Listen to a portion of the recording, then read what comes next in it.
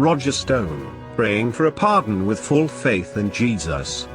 Almost any list of top newsmaking and colorful political personalities in recent U.S. history would include Roger Stone. An unconventional Republican operative since the 1970s, Stone hit the apex of his flamboyant career in 2016 with the election of his longtime friend and former client Donald Trump. That achievement was the focus of a popular 2017 documentary, Get Me Roger Stone.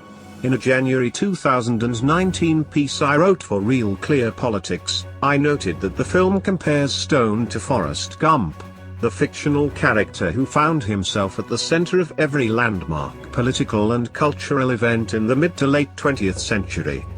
Roger now finds himself in an unexpected predicament, one that is him praying, literally, that Trump will grant him a presidential pardon.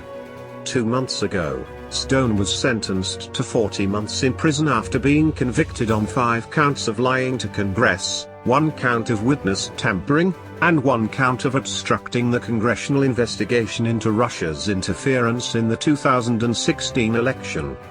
Upon hearing the sentencing news, Trump said, "I'd love to see Roger exonerated."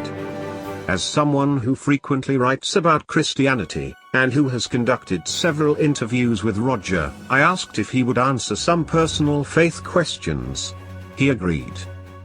Myra Adams, can you explain the journey that led you to tell Mike Allen during an Axios on HBO interview, the first after you were sentenced to 40 months in prison, that I feel pretty good because I've taken Jesus Christ as my personal savior, but feared not being right with God?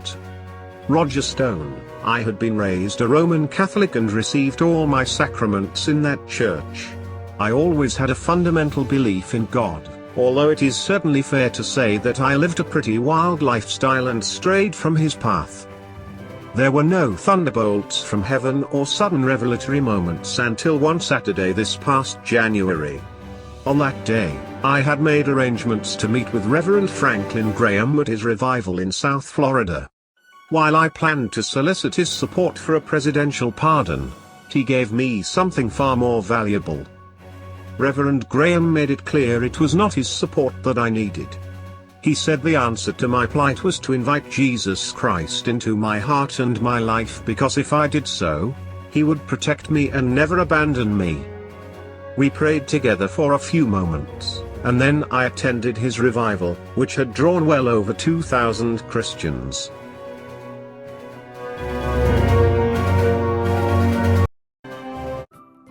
Thank you for watching. Please subscribe to us on YouTube. If you like, donate to us, visit home on the page PayPal.